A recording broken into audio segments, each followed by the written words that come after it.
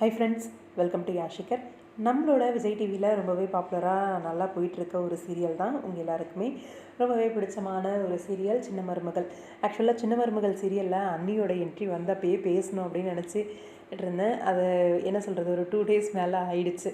பேசி வச்ச வீடியோ வந்து அப்லோட் பண்ணாமையே விட்டுட்டேன், மறந்துட்டேன் அப்படின்னு தான் சொல்லணும். ஆக்சுவலாக அண்ணி, நம்ம தனம் அண்ணி பாண்டியன் ஸ்டோர் சீரியலுக்கு அப்புறமா மறுபடியும் சின்ன மருமகள் சீரியலில் வந்து ஒரு கம்பேக் கொடுக்குறாங்க.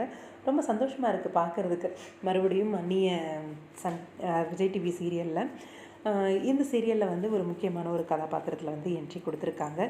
இது ஒரு பக்கம். இன்னொரு பக்கம் வந்து இன்றைக்கி இன்னொரு கேரக்டரும் என்ட்ரி ஆகிருக்காங்க. எஸ், நம்மளோட மகாநதி சீரியலில் வந்து யமுனா அப்படிங்கிற கேரக்டர் இது வரைக்கும் பண்ணியிருந்தாங்க ஸ்வேதா.